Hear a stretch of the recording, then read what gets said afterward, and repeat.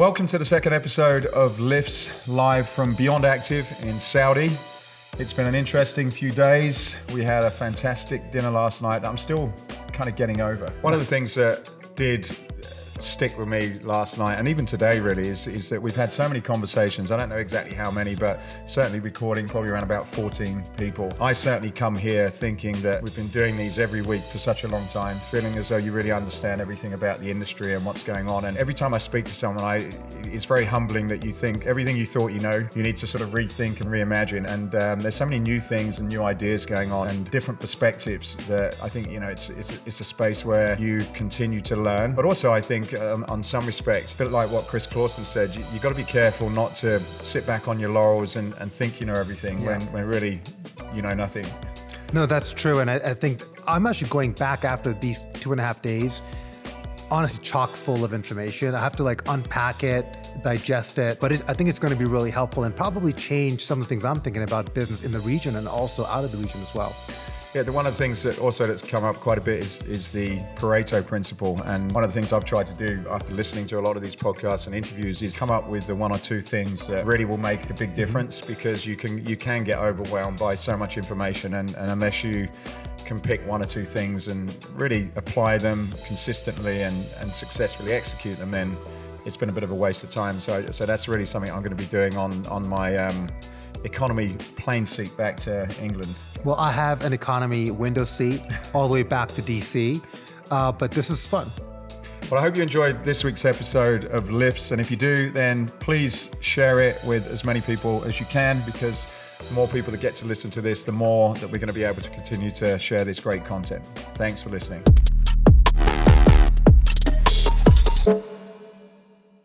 Well, this is an honor and privilege to have Adnan Alkhalaf, CEO of Leejam Sports, here with us today on the L.I.F.T.S podcast at Beyond Active. You certainly are one of the most influential leaders in the health and wellness sector in the kingdom. So thank you for being here with us.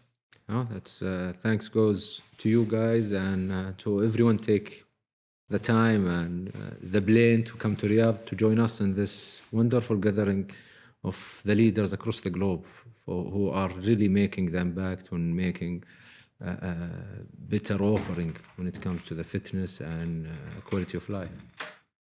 Adnan, what does it mean to have such an event in the region? Because it's fairly new, and so many people from around the world that are really have many leading businesses, and I guess thought leaders, pioneers. What does that mean to you guys to have this going on at this moment?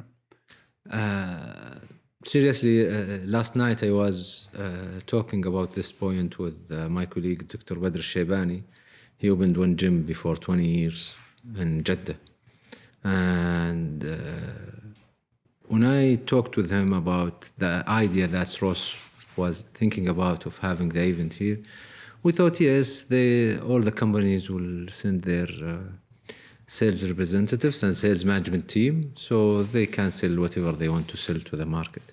But what we discovered, no, the decision makers, the founders, the CEOs, they are coming by themselves for the whole 2 to 3 days, and they are actively participating and showing the interest. That's the revolution happening in Saudi, especially when it comes to the quality of life and the health sector and the fitness sector, making us feeling that this event came in the right time, and it became successful because the right audience were there to hear from high-level experienced speakers. A lot of the speakers has from 20 to 30 years experience within the sector. And for us, we are a new sector as a sports. We just have a ministry for sports less than 5 years ago.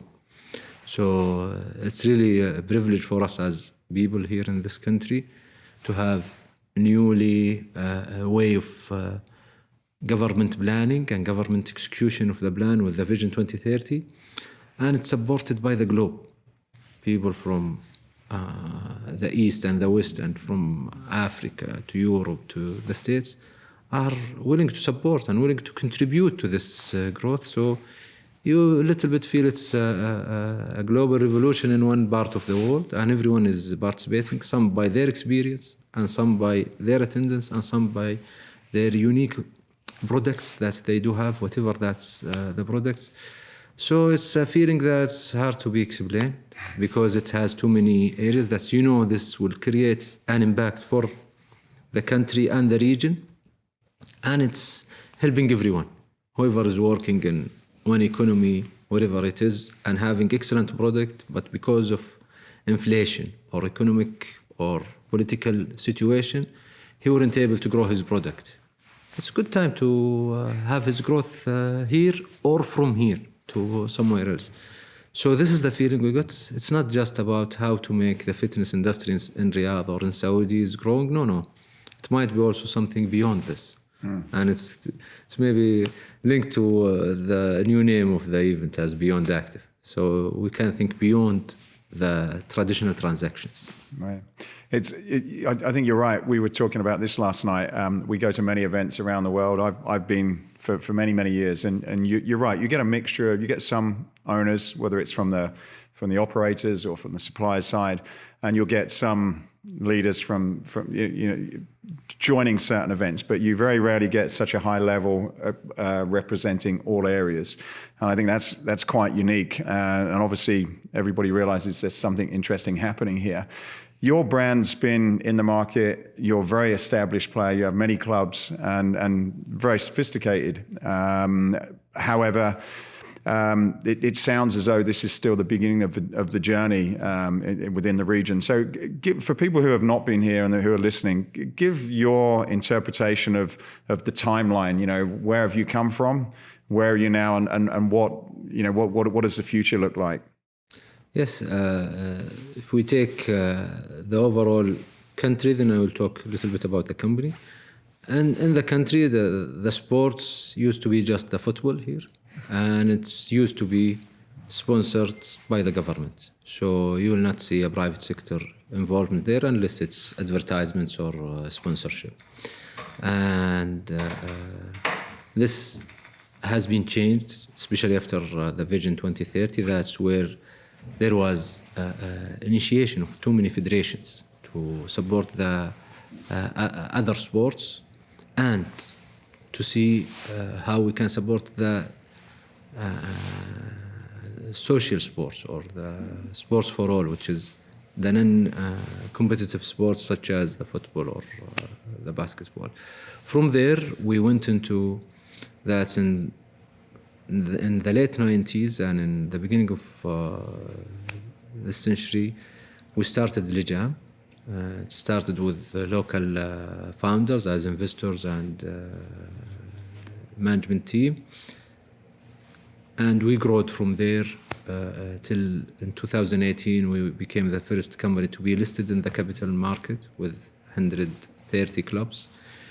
We took the format, which is a little bit inspired by Lifetime, maybe in the States, where we do have big box format with swimming pool, and it's attached with many sports. We do have more than 250 different sports facilities between squash, football, volleyball, basketball, swimming, more than 130 swimming pool, and table tennis, paddle. We just introduced it now.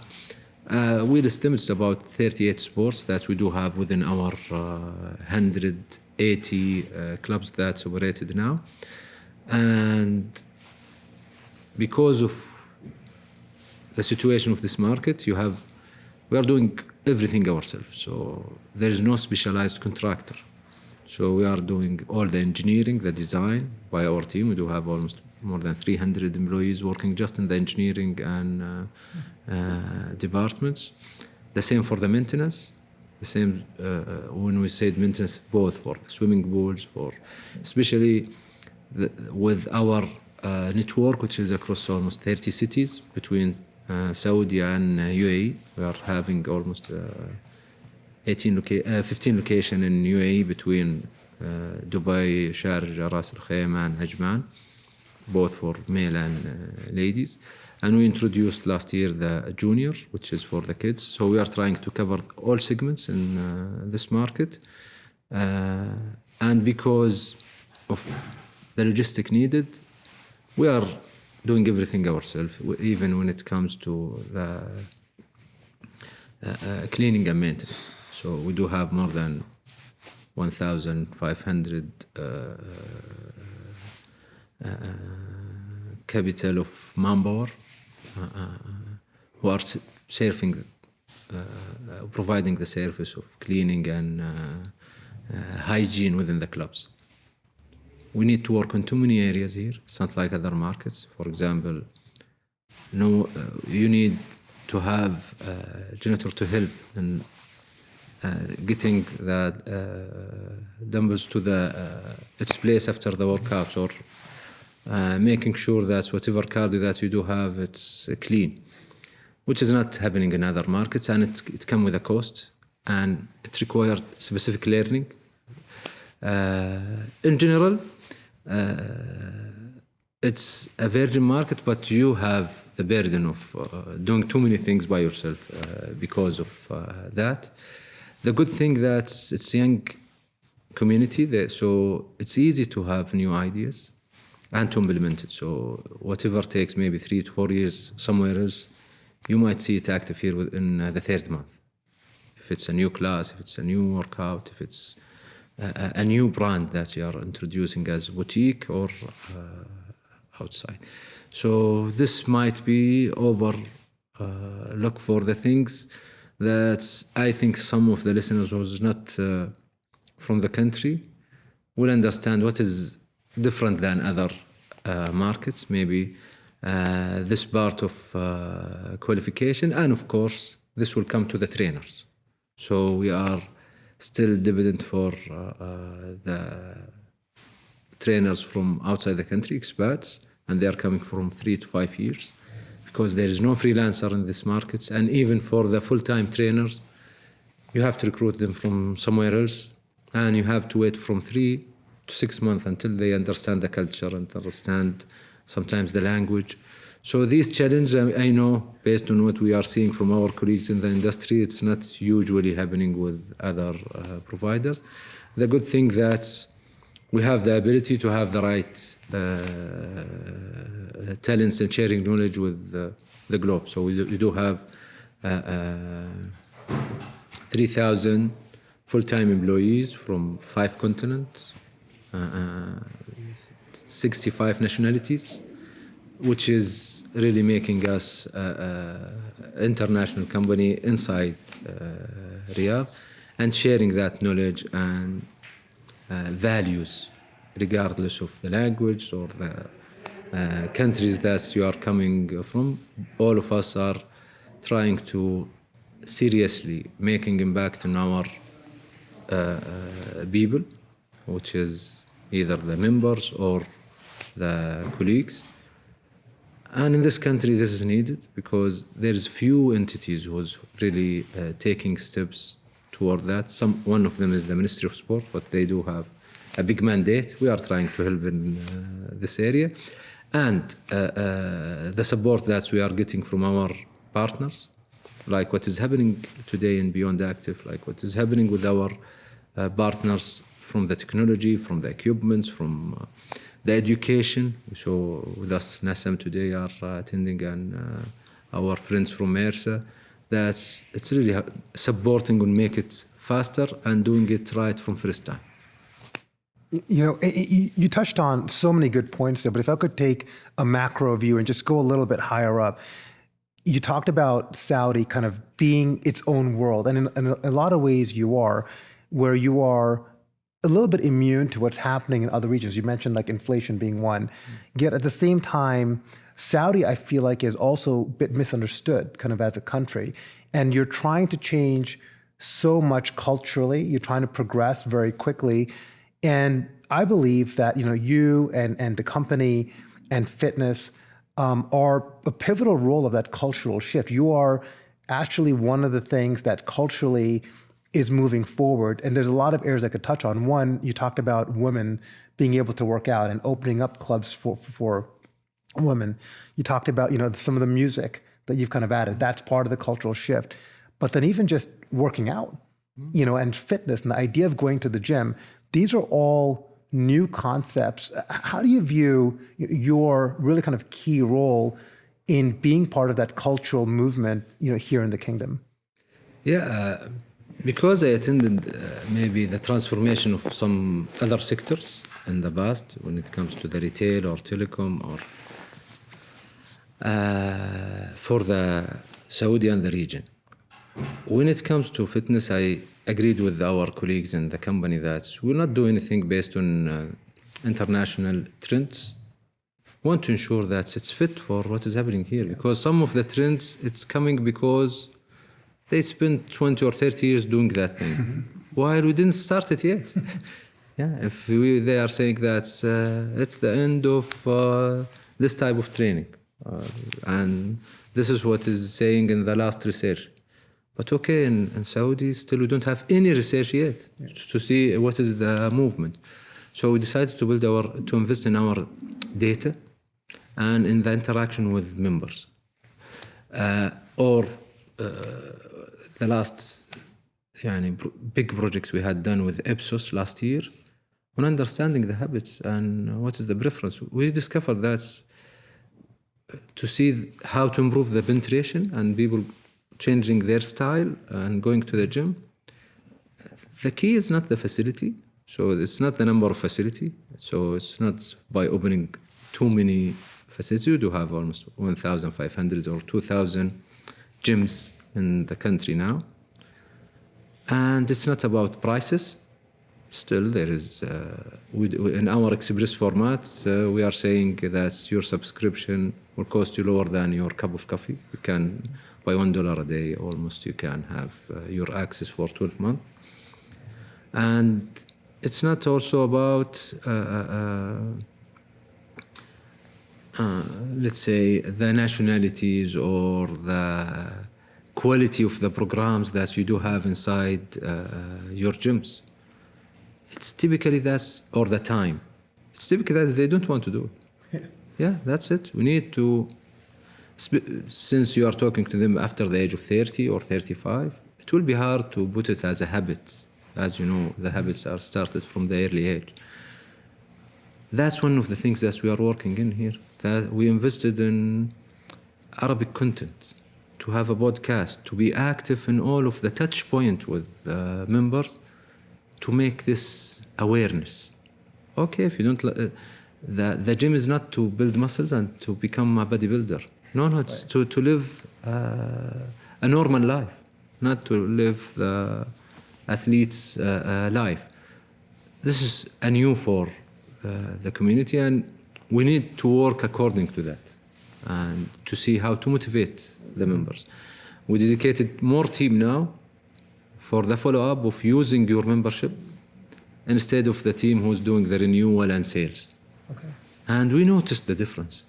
And of course, this is not happening in Dubai because the awareness there is higher than what is happening in Saudi. And of course, in the main cities, it will be lower because in the main cities, the awareness is higher. So this is one of the things that we are trying to focus in. And we hope it's accelerating a faster pace because this will help everyone, the providers and the trainers, and for the community to grow. And what is important about this for the culture, that's what I'm believing in, and I think the government, if you see them, that they are also working with the same tactics, that's to challenge the assumptions. There's too many assumptions, but is it right? There's a lot. So what would you rate as being the top kind of health or wellness concerns in the kingdom today? I think it's the lifestyle, maybe, especially if we see the obesity rates still growing. Unfortunately, with all of these efforts that the government is doing, we are having the largest sports project in the world, which is the Sports Boulevard. And we hope next year they be with us to explain where they reach, because their senior VP for strategies were attending with us last night and during the day, and they are planning to present what they are doing with the largest sports tower in the world, with 180 kilometers of connected sports facility, offering more than 100 sports across that area. So there is too many things happening, but still the results are not within the targets. The obesity rate is high. The diabetes, we are one of the highest in the world. I think we are one of the top 10. And we think we can play a role there. Exercise as a medicine and as a prevention from these things. So these are the two things I think. And in addition to that, we are one of the highest, because I'm coming from the telecom, one of the highest countries of YouTube viewers. Oh, really? Okay. And if you see the esports, the highest users and spender into this e-gaming, which is also risking people's health if it's not balanced with the physical activities. So these the areas that we are trying to be close to and ensure that our offering is hybrid. It's not the traditional workout, so we can link it with some gamification, challenge, and same time that is connected to the experience there. That's what we think we can have, because we are just starting. A lot of the ladies in our research saying our satisfaction rate from your company is more than 90%. Wow. But we will not renew with you. We said why? Because we want to try a new thing. We just start doing sports now in the age of 25 or 30, so we'll try the other concept of doing sports. We'll do hiking or we'll do. And this is what we want to do. And this is part of the cost of starting late. As you know, that will not happen in other markets because they do have 20 years to test what they want to try now in 1 or 2 years. And this is what drives us to invest beyond the traditional gyms. This is why we are connecting the experience. That we are doing mass participation. We are doing specialized sports. We are doing some other integrated experience, because here it's needed. And we know in other markets where it's very competitive, the focus is what is needed. But here the connected experience is more needed than the focus in just providing one service.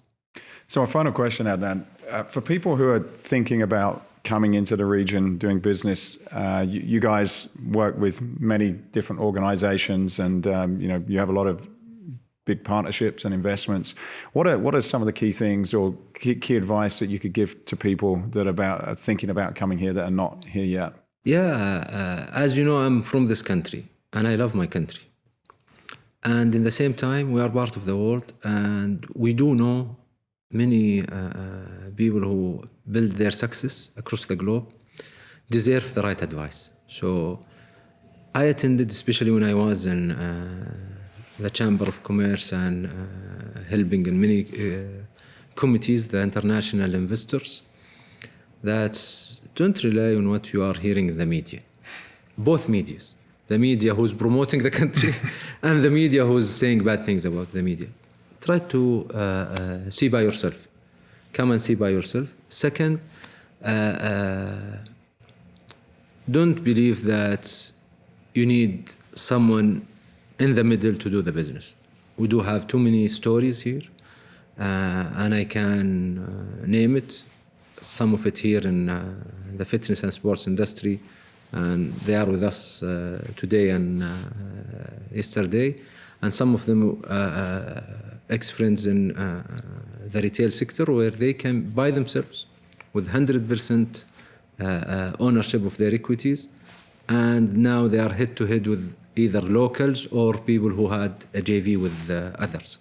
So this is what I'm saying, and I can bet onto that because I'm in the private sector since 20 or 25 years in different industries. If you will come by yourself as a company, you will find what is the best model to have. You don't need someone in between to be just a partner and take 10% or 15% of your business if he will not add value to you. Mm-hmm. The second, This market is a very unique market in this period of time. Most of the things are growing and growing very fast. Don't think this, you will try a small thing for this year and second year, you might cannot make it by arriving late. It's in too many different industries because the demand is high and the country is appreciating whoever being from the first movers, and we can see it with our partners that some of them saying that we get this contract from the government by additional 2 zeros to the project with you just because we worked with you, because they saw us that we are in the country and doing some businesses here, and they selected us even though that maybe the second or the third was providing something more. So this is my advice. Don't be late to see the market and see the opportunity here. Second, come by yourself. And it's good to have the advice either from consultants or other businesses, but evaluate it yourself. The third, which is very important, and I think it's very, very important, that for us, we do feel it's a new country. So whatever things you know about it before the Vision 2030, come here and challenge that assumption. It's something different. Either different, it became better, or different, it might, for example, for us in the sports. Previously, we wouldn't have this aggressive plan. But after the Vision 2030, we are going to triple our rate of growth. And we see tripling the rate of growth is lower than what we can do. So these are the 3 things, and I'm talking in general.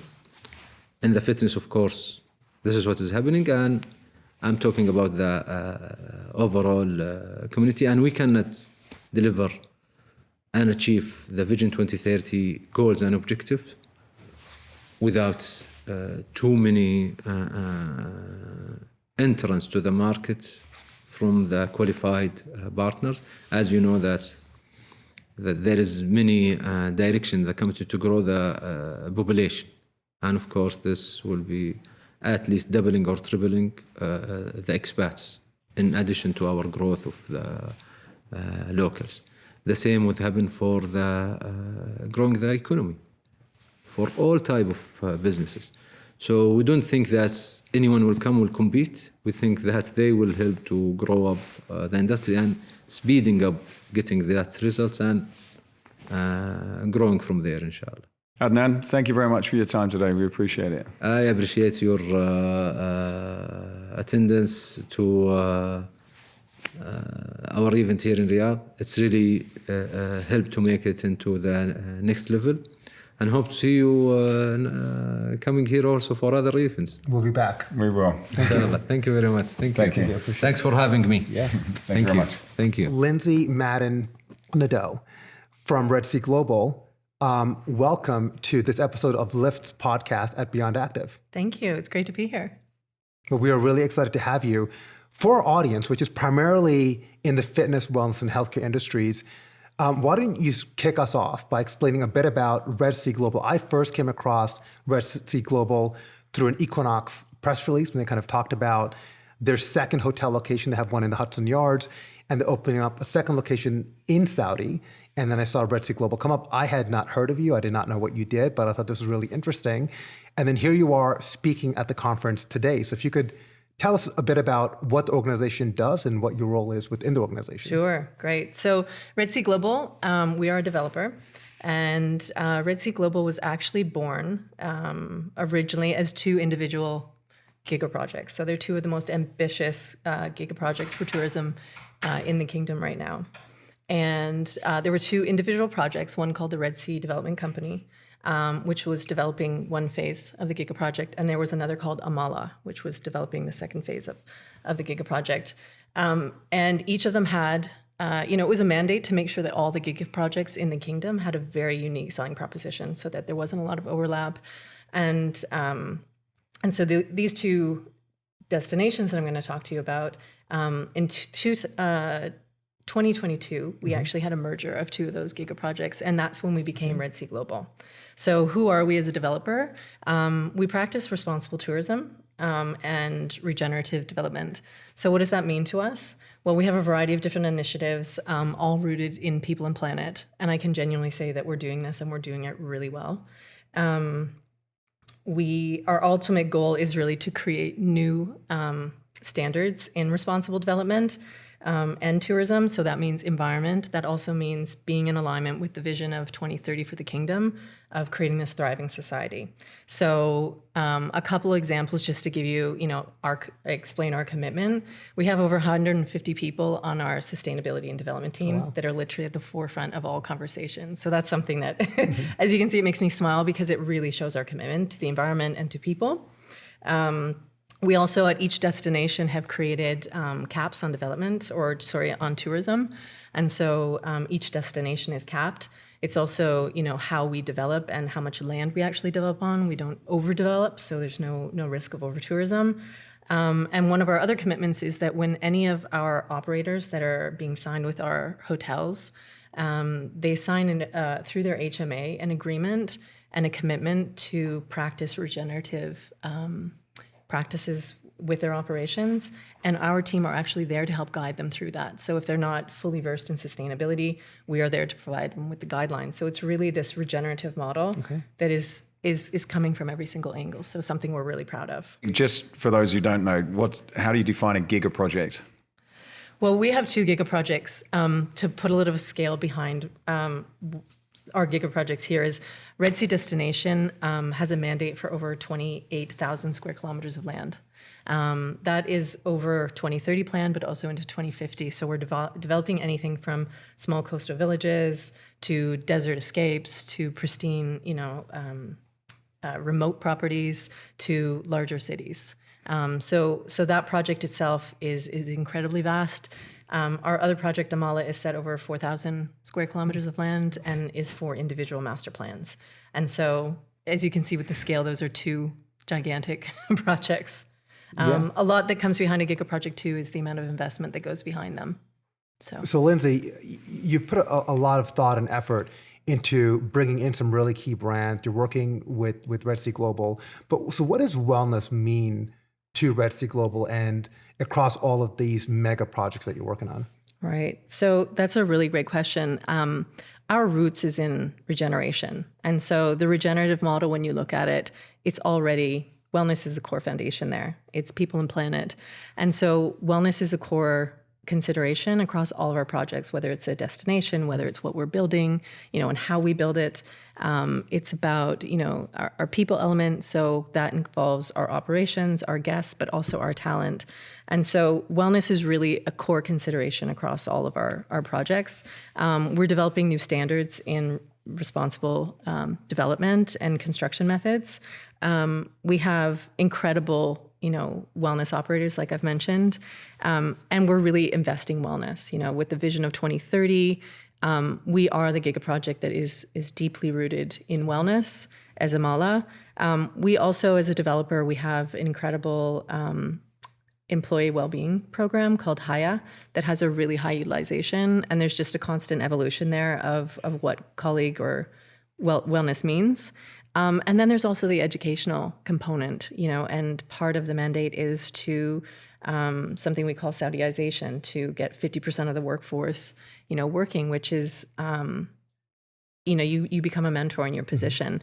I was just in Jeddah last week, and we were working with Batterjee Medical College to help them develop a 2-year health and wellness tourism program for Saudi nationals, which Red Sea Global will work with the Human Development Fund and sponsor over 150 Saudis, and we'll put them through the course, and then we promise them jobs after, as long as they're succeeding. And so there's this ecosystem, that is more about, it's less about working for Red Sea Global and more about working for the vision of the kingdom. So very exciting. And wellness comes to us in so many different ways as a developer. I think one final question to add on to that, but wellness means a lot of different things as we, speak to people from around the world, to different people. Mm-hmm. So from your perspective, what does wellness mean either to you or to the vision that you're trying to execute? Well, wellness to me I'm a born advocate for that. I feel like it's very individual. So I guess I consider myself as a demographic as the primary wellness traveler. I am the person who goes away for wellness vacations, whether it's yoga or meditation, those are practices that I lean on, not every day, but it's sitting in my toolbox. I love being active. I love eating healthy, but I also like to enjoy life. When we look at the vision for the project, it feels very easy for me to step into this role, because it is how I'm living my life. And I do, I'm interacting with these brands already. These are the brands that I would go to on vacation. And so building that vision is easier because of that, but it's also easy because of our approach with regeneration, because everything just flows together. It's really seamless in that sense. So as we start to build out what wellness can mean for the future of RSG, a lot of that will come from business intelligence and making sure that we understand the trends and that, we become a voice of the industry. It's going to be about our people programs, whether that's from a guest perspective or our internal processes. And again, this constant evolution of what wellness means to the traveler and to the guest coming to the destination. Now you talked about a few brands. We were speaking before this recording, and you talked about a few brands that I think a lot of people would know about. I mean, so you're bringing in international brands, you're bringing in best of breed, you're kind of creating and curating, really, I think curating is the right term, this phenomenal experience that I don't know could be found anywhere else in the world. I mean, I could be wrong, this is the industry that you're in, but it really sounded like there's a lot of thought and intention that's going into who you want to work with and who you're inviting to come in. Can you speak a bit about the brands that you are bringing over? Yeah. So, I mean, as a developer, these two giga projects are working predominantly with luxury destinations. We will have other destinations within that square kilometers that will cater to different levels of luxury travelers. But in particular, the Red Sea destination is very much versed in luxury, hospitality, and discovery. So we have top luxury brands. There's a focus on retail. You could one day be hiking in a dormant volcano, which people just don't expect in Saudi Arabia, to hiking through, the mountains, to, scuba diving in our pristine waters. So that is very much a lifestyle-led adventure experience. And then we have Amala, which is it's rooted in regenerative development. But it's also, it's got that essence of wellness tourism to it as well. So it's all about the destination. It's all about nature. It's about getting outside. It's about being active. And so within Amala, we have, these incredible assets, which are our operators. We also have the destination itself, which I can get into a little bit more because it's so fulfilling. It's something we're really, really proud of. Some of the examples of operators that we're working with specifically to Amala would be operators like Clinical Prairie, which you might know from Switzerland. It's a medical health retreat. People typically come there as a primary wellness traveler just for their 7-day program. They have programs for master detox. They have reverse aging. They have some of the highest technology in the world. We're really proud that last year we announced our Equinox hotels at Amala. It's their first urban property that's going to be opening. It's the first time in the Middle East that it's going to be opening. First time in Saudi that it's going to be opening. I was just there in Hudson Yards a couple of weeks ago. Incredibly cool offer. Equinox is all about high performance living, really. They are a luxury operator, but you will know that Equinox originally had started in the US as luxury fitness memberships. And so over the years, they've evolved different strategies. And one of them has been Equinox Hotel, which for myself as a primary wellness traveler, to go to a hotel like Equinox and be able to wake up and have these incredible classes and to be able to eat healthy and to be able to have all, my coffees with adaptogens and, the room service menu is healthy. And the room mini bar is just, it's got everything you need to be healthy. I think even the mattress, the pillows. The mattress, there's science behind the room. That's correct. Yeah. And, Equinox, you can also have it all. So there's a lot of other aspects to that lifestyle that that you feel when you're there. Another example that we have is Jayasam, which is a new brand that's coming to the region that's really, it's positioned on wellness wisdom. And it's taking that integrative approach of, modern day medicine and integrated therapies. So ancient modalities and, kind of the East meets West. It's also the one resort that is really dedicated to family wellness. So there's a lot of people, in the millennial kind of generational set who are parents, and wellness was part of their upbringing. It's something that they want. And so what this means is that when they travel and the parents want to be able to spend time with their family, they can do that, but they can also take care of themselves. So I think it's one of the first brands on the market that's really focused on that. There's a lot of people, that go away on these medical retreats and, feel a bit guilty about dedicating that time to away from their family to spend on themselves, and JSM gives them that option. So they've done an incredible job, in their entire guest journey. The resort does have an adult-only area, but then it also has the family area. So it's a time, to enjoy with your family and to interact and to try new things, but also the wellness aspect with the family and the coaching and everything is there. So those are a couple of the brands that we're working with. We're going to be announcing more later this year that are dedicated wellness operators. But of course, we also have our luxury hospitality operators like our Four Seasons. Our Rosewood is bringing their Asaya brand. Six Senses is going to be there. Ritz-Carlton is going to be there. And, those are going to be more elevated offers of wellness. So as a destination, we have so much. We have polo fields, and we're doing huge equestrian events. We have the organic farm, which supplies, food to the destination. We have our marina, which has we've just done a partnership with Monaco Management Operations. So they're going to help us to create the Belle destination for sailing and yachting.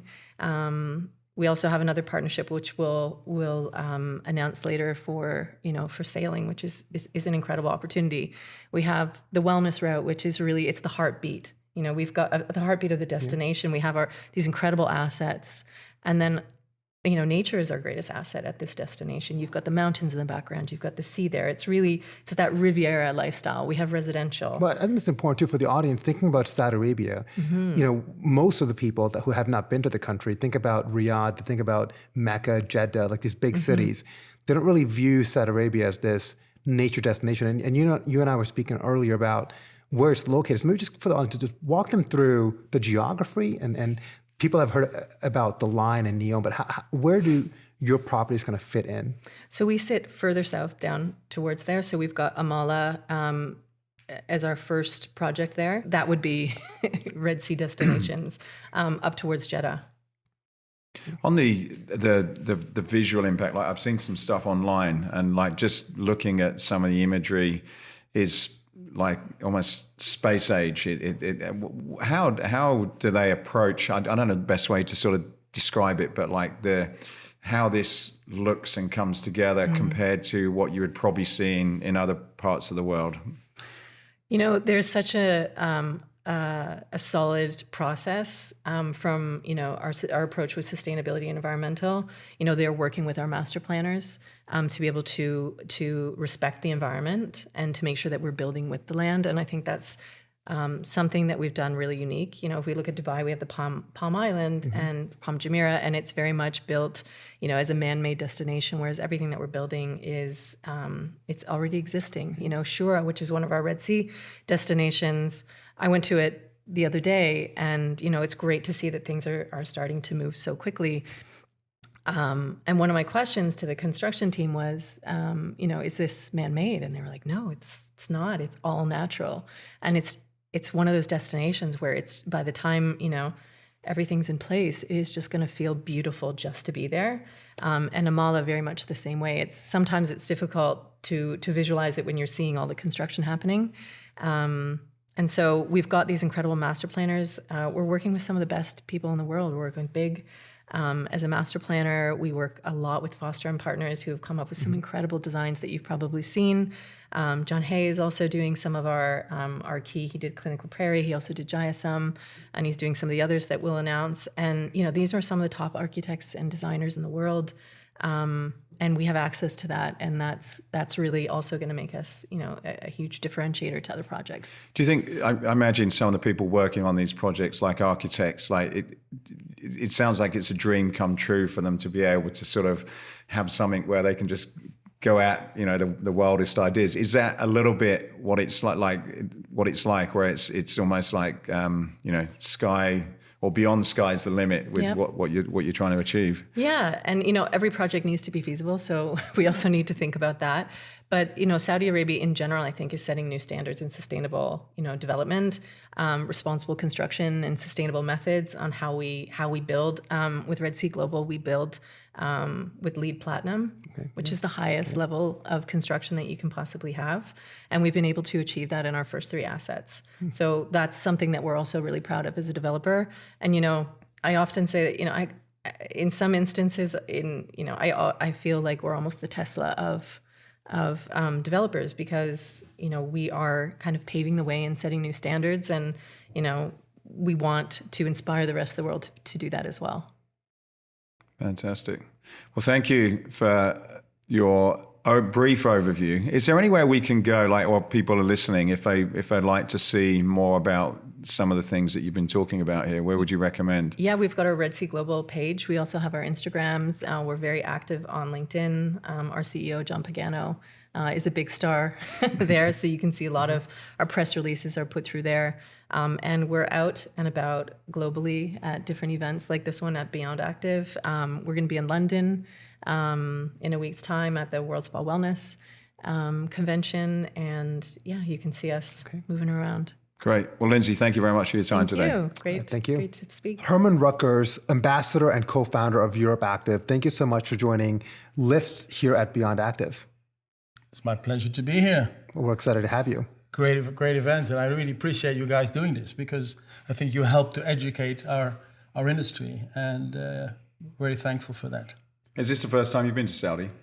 No, I was here 23 years ago in Jeddah, when in my previous life, when I worked for Prince Tennis Rackets, and I was here with our distributor Delta Marketing, by the way, the same company you just had on your podcast. So I know them. And they also were the L.I.F.T.S distributor in my previous life, when I was the L.I.F.T.S responsible to look after this part of the world as well. So yes, but it's the first time in Riyadh, and it's fascinating, preparing myself, looking at the population, close to approaching 8 million people in one city. That's almost the population of Belgium, the whole country. And to see the enormous cranes of building construction going on everywhere. They're building this huge ski dome, not just one slide down, but it's black slopes, red slopes, blue slopes. I mean, it's unbelievable what is happening here. And I think this country has a lot of potential for our industry. Absolutely. Well, I mean, we all come from a very mature, advanced market, as it relates to gyms, health, fitness, and wellness. And what's your perspective? Coming, and you certainly played a big role in Europe and even in the US as well. But looking at that market, coming from that perspective to here, where do you think they are in terms of their maturity, their development, and what's the opportunity? I think to put it in perspective, Saudi today is where Europe and the US were 30 years ago. Mm-hmm. And they will not take 30 years to get to the level where we are. They have the advantage of learning from the mistakes we made in the Western world. And I think they have the capital to really grow very fast. I heard numbers, I don't think there's any market statistics, reliable data, but anywhere between 2 and 4% of the total population is member of a fitness club in this country. And it's maybe higher in Riyadh, it's probably higher depending on what democracy you're looking at. But if they grow, if they even double the market in the next couple of years, they still at a percentage of fitness penetration that's lower than the average in Europe or in the US. So with the enormous vision 2030 of the Saudi government, wanting to promote health and fitness and sport in general, and they have the means to do it, and they also have the political drive and will to do it. And if you look at what they've done in other sports, where they've become very, very prominent in the recent years, I'm sure they will do the same thing. There is big obesity problems in this country. There is diabetes type 2 problems, and our industry and the sport that we're offering is going to help in preventing further decline of the health of the nation. What do you think we can learn from what's happening here? And when I say we, the USA, Europe. I think the speed of things, they're really very fast in developing things. I spoke to somebody yesterday who was here 3 years ago, and now there's roads that weren't there 3 years ago. There's bridges that weren't there. It's almost like China in the last decade in speed of development. And it has to do with, the financial means that are being made disposable to bring this change about, and the willingness to do it. With what you're doing at EuropeActive, there's a lot of work that's gone on with government and standards. Yeah. What do you think are some of the things that they're going to need to do out here, and what are some of the opportunities for organizations that have already been through that very difficult and painful and still going through it? What do you think their opportunities are for people to sort of partnership and get involved in some of that infrastructure here? I think there's a huge opportunity in this early stage of development of the industry to assemble the forces. Let's get the suppliers together, the suppliers of equipment, but also suppliers in the digital sphere and the key operators. Get them together, form, call it Saudi Active, create an association. You got a new name they can borrow the name from us, no problem, without any cost. And I think the industry here could look at what we've done in Europe and create standards for staff. I think there's a huge lack, what I hear from operators, talking to operators here, in the standards of trainers, the standards of staff, knowledge about fitness programming.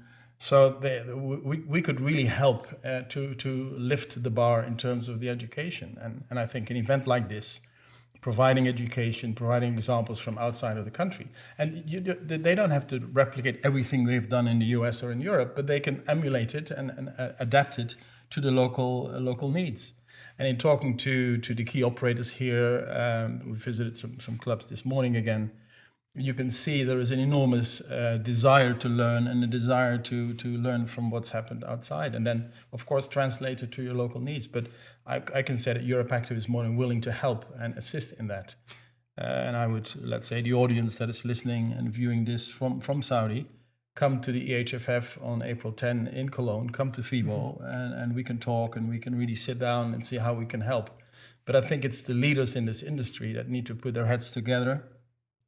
And even though you're competing with each other in the market, you can still work together in raising the bar, creating standards in this country for clubs, safety, health and safety, and fitness standards for trainers, and create education programs for the staff. That is what I hear is badly needed. And we actually heard that we had the CEO of Fitness Time on earlier, and Adnan was kind of talking about just that very point, right, where he had to create all the standard. There were no SOPs. Even to the simple fact of how do you clean a gym, what is done to clean a gym, how do you train the trainers, how do you manage your front, desk staff, and all the other metrics that we're so used to because of associations like the one that you're from as well. That just that infrastructure does not exist here, and yet in some sense each kind of brand is left to creating that on their own. But at the same time, a lot of what we've done in Europe and in the US doesn't really translate directly well here. So I think, Herman, from your perspective and what we've seen in the last couple of days, what do you think are some things that do transfer well versus what don't transfer well? Pick on that point. The standards we've created for staff, we have reps, E-reps levels, 5 levels. They exist. So all the Saudi operators have to do is take that, have a look at it, what fits for our market, what doesn't fit, and copy or change where needed. So that we can put that at their disposal for free. No need to have any money for that. On the standards for clubs, same thing. We do have the standards for clubs, just base standards who are based on European regulations and European levels. What I hear also from talking to operators here, there are regulations here as well. Number of parking spaces, cleanliness in the clubs, cleanliness in the showers, safety with the equipment. So that you need to adapt. So take what exists in Europe, I would say, and adapt it to the local market. They don't have to create it themselves. I'm also certain that some operators are more than happy to share their protocols with the operators here. So I think the willingness from a European perspective to help to get to those standards and adapt them locally is definitely there. And you need that in order to be a serious industry towards government. They will not, doctors will not send patients to health clubs if they are not safe and not clean for their patients. So the answer to your question is, yes, you need to adapt to local laws and local regulations, but they exist and we can make them available and just have a look at them and use what you can use and change what you need to change. You spent most of your career, or certainly a big part of it, taking brands, expanding them around different parts of the world, including the Middle East, and you're also now even with Basic Fit, they're on a like a kind of a journey to take over most of Central Europe. So suppliers and operators' perspective. When you think about people that have been here, they're looking to enter the market on either side, what are some of the, I guess, advice, words of warning that you've got for people to do it so that when they come in here, they don't make mistakes that many people do when entering new regions? Number one, do your homework. Study the market, listen to people, talk to people. Don't come in thinking you know it all. Even though you may be successful in one country, doesn't mean you're successful in another country. What I've done in my career with Prince Tennis Rackets, with L.I.F.T.S, with now with Basic Fit and other brands, is to listen very well to the locals and see what you need to change. Like McDonald's, you may have 90% that is absolutely you must do it this way, and there's 10% to adapt to the local market. In Germany, McDonald's sells beer. They don't do it in any other country. In the Netherlands, they sell croquettes. They do. So and the same goes in fitness. You need to look at the local market, look at the equipment. How much cardio do you need versus strength? How much free zone do you need? How much free weights? What is the weights?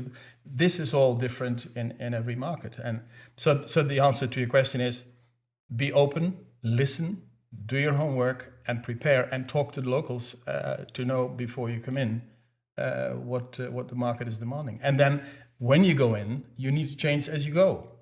Don't think it's not locked in stone what you do. Be adaptable to the market. And before you go in, you may open one club to test the concept and adapt, and then do a second one. So prepare well, execute, and adapt. Those are, I think, the three words that I would say as advice to anybody coming to any industry or any market, but particularly in this one as well. Any final thoughts, Mo? No, just one question for you. What's the most interesting thing that you've seen this week? I know you are going on a cool journey tomorrow, right? I mean, sounds, you have to text us some pictures about that, but what's the most interesting thing that you've seen at the conference and just or from the club visits? The people are very friendly. Yeah. Very hospitable. Yes. I had no expectations, coming here, but the people are very friendly, very open, very hospitable. We had a fantastic dinner last night, offered by one of the key operators here. So I can only say that I'm going to be a tourist tomorrow. I'm going to the end of the world, see the rock formations there. I can only say in finalizing that I think this event is happening again next year. This will help to grow the industry. I hope the government will continue to support this industry and will support the Saudi people to be living a more healthy life and to be fit for purpose. And with that, we're here to help, from a EuropeActive perspective. And from an industry perspective, we're here also to help and create some new concepts to make fitness affordable for everybody. Okay. Fantastic. Well, Herman, thank you very much for your time. I guess the next stop is going to be FIBO. Yeah, absolutely. Not too far away. Yeah. Thank you very much. My pleasure to be with you guys and keep likewise. on doing the great work you're doing. Thanks. Thank you. Thanks. Well, I'm really excited to have two special guests here today for the L.I.F.T. podcast at Beyond Active. We have two executives from Wellfit who I've gotten to know over the last year. Incredibly impressive operation in which they've built. I think really taking a very progressive tech-first approach with 2 impressive locations. So I will let you both introduce yourself. Yeah. Hi, I'm Gareth Jones. I'm the Chief Operating Officer at Wellfit. That was short and sweet. Yeah, very sweet. Good morning, gentlemen. I'm Dimitri Koutsoubakis. I'm the CEO. Very glad to have this opportunity to chat with you guys this morning. So give us a bit of a flavor for those who haven't seen Wellfit. Like, paint a bit of a picture in our minds of what's going on in your facility. Okay, I'll tell you what the vision is. It's not necessarily what you will see right now, because you make incremental steps. We are a startup. This is year number 3.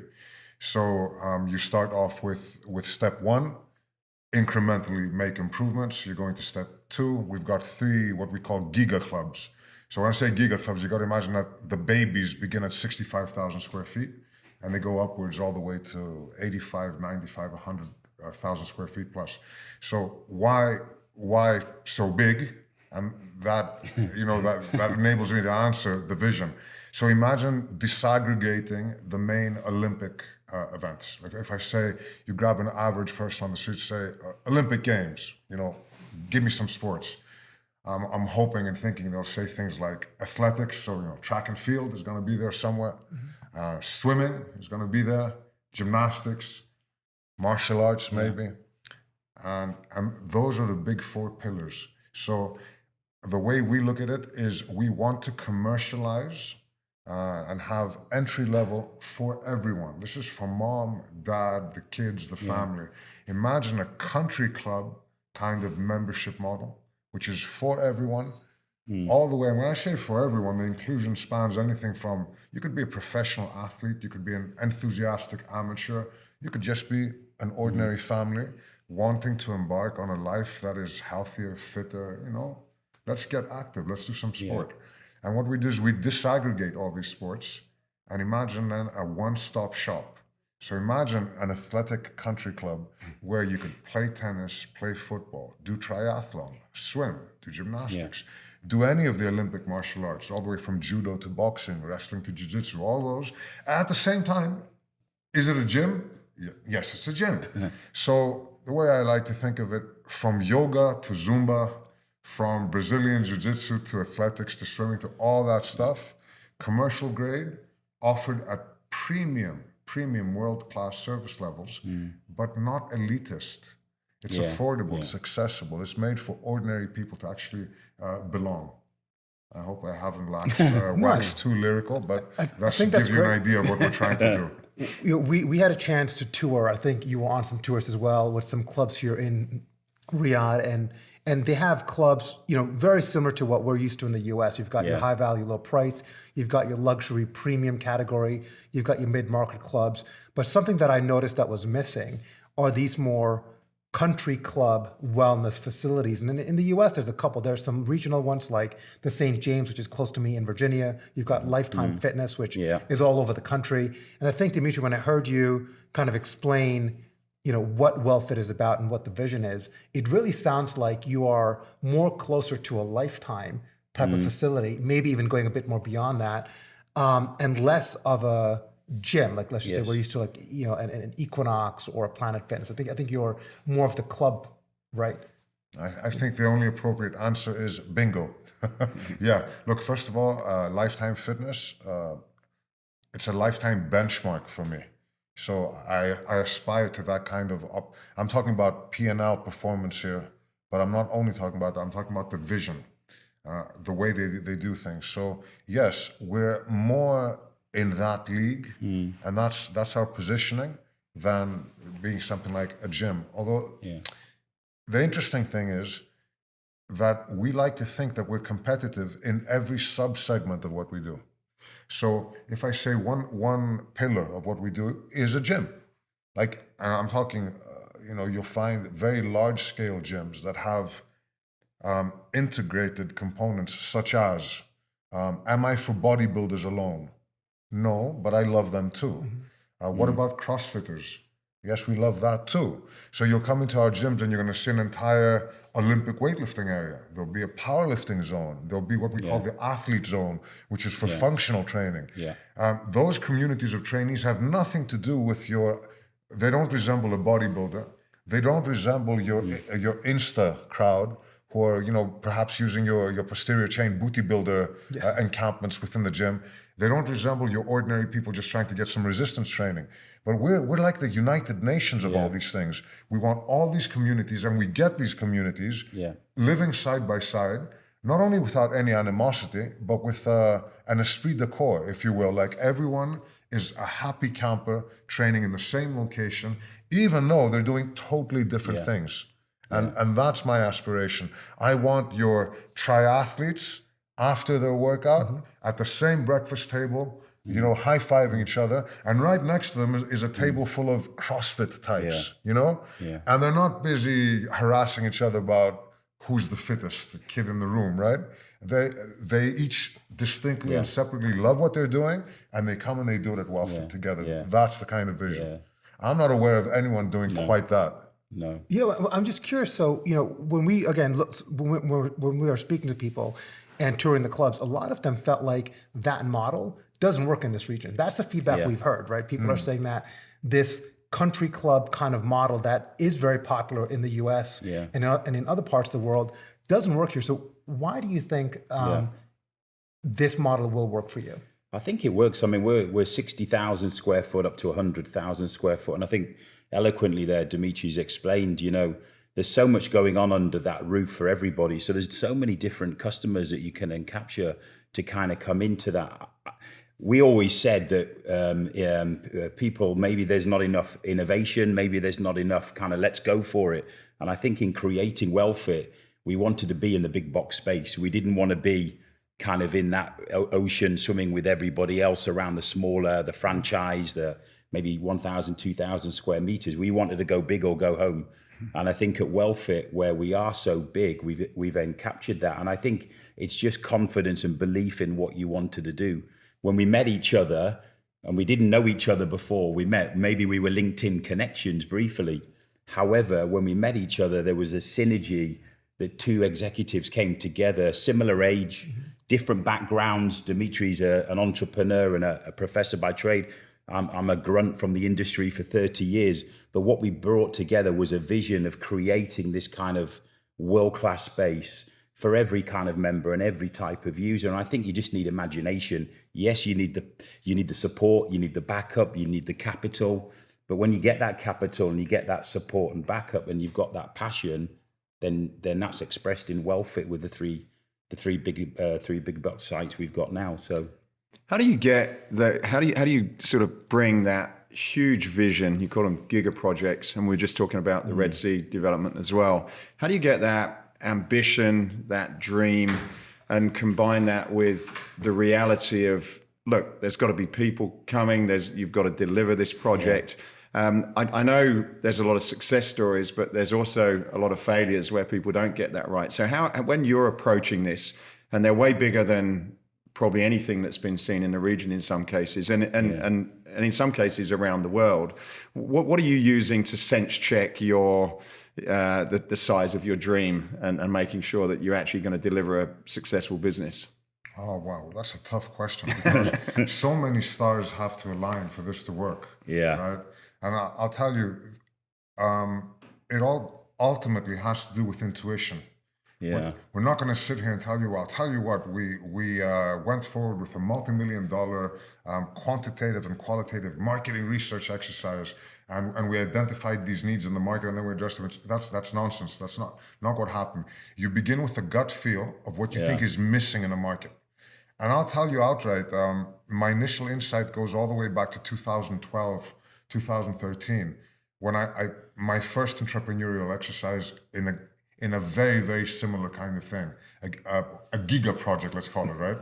And the reason I thought it would work is because coming from Athens, Greece, I'd seen what the Greek government was doing with public, I'm talking, open to the Greek public infrastructure that came with the Olympic Games, when the Greek government was trying to get young kids to engage with all sorts of sports. So imagine massive infrastructure where you had indoor, outdoor Olympic pools, you had 400-meter tracks, you had indoor 200-meter tracks. I was lucky enough to train in a place for free. I was in my 40s trying to learn gymnastics because I'd caught the CrossFit bug, right? And to do CrossFit, you needed to do gymnastics. I was going to this public facility in the center of Athens that was, for me, just a dream come true. It had Olympic swimming pools, wrestling, boxing, judo, gymnastics. Imagine all the Olympic sports in one encampment for free, right? For free. And then when I moved to Dubai, I thought, man, this is the home of affluent executive level people who've got pretty much nothing better to do in the weekend than go to the mall and do some shopping, ultimately, right? Wouldn't it be cool if someone could do an abracadabra? I mean, all it takes is money, right? And a little bit of imagination. Yeah. And I just had this intuition that if you built this kind of thing, but now commercial grade, no freebies, no public, if you did it, would your executive not elect, not choose, say, honey, whether honey is your husband or your wife or your better half, and you've got 2.4 kids and a dog, and instead of figuring out, am I going to go barbecue at the beach or the desert or just go to the mall this weekend, instead of doing all that, you make a choice that, no, we're going to get stuck into sport and fitness and health. That's an intuition. Yeah. I've never seen it happen. But lo and behold, when we did it, it worked. And then when you see that it works, subsequent intuitions occur to you. You think, hang on a minute, maybe this isn't luck. Maybe what it is that people are hungry. There is an innate demand for this. And all it takes then is the usual, like, where should I open a restaurant? As any fool will tell you, location, location, location. So as we start getting smarter about how to do this, to scale it, you start thinking, we know there's a demand if you get the location right. And if you get the location right, it's then just a matter of get a good crew of people together, motivate, inspire, treat them well. And I'll tell you what we've observed, if your coaches and your personal trainers are walking around and they are happy campers, they radiate positivity, it's gonna work. It's gonna work. People are gonna love being in that kind of environment. So without sounding, because remember, these are early days and you can't be arrogant. The stars need to align. You do need to get lucky, but we think we're onto something. Yeah. We think we've identified a legitimate demand, and then it's just a matter of execution.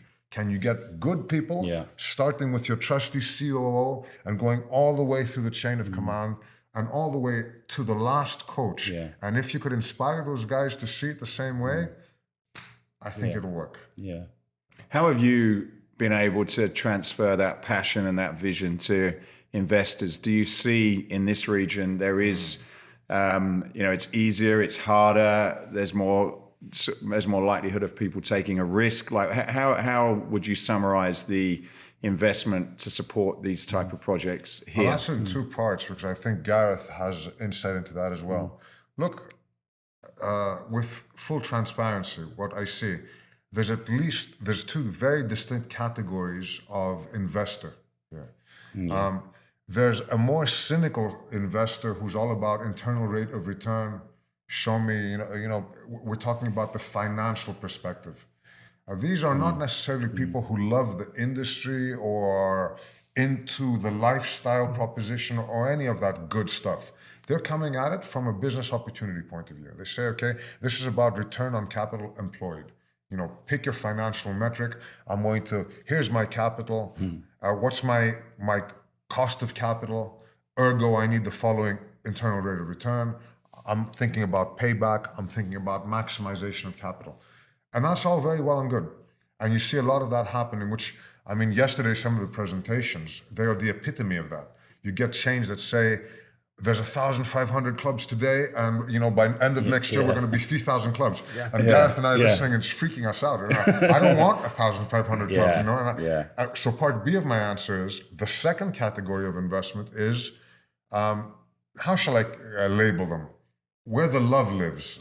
These are people who are actually inspired by what it is, Like, imagine getting into the restaurant business because you're a foodie. You love food, right?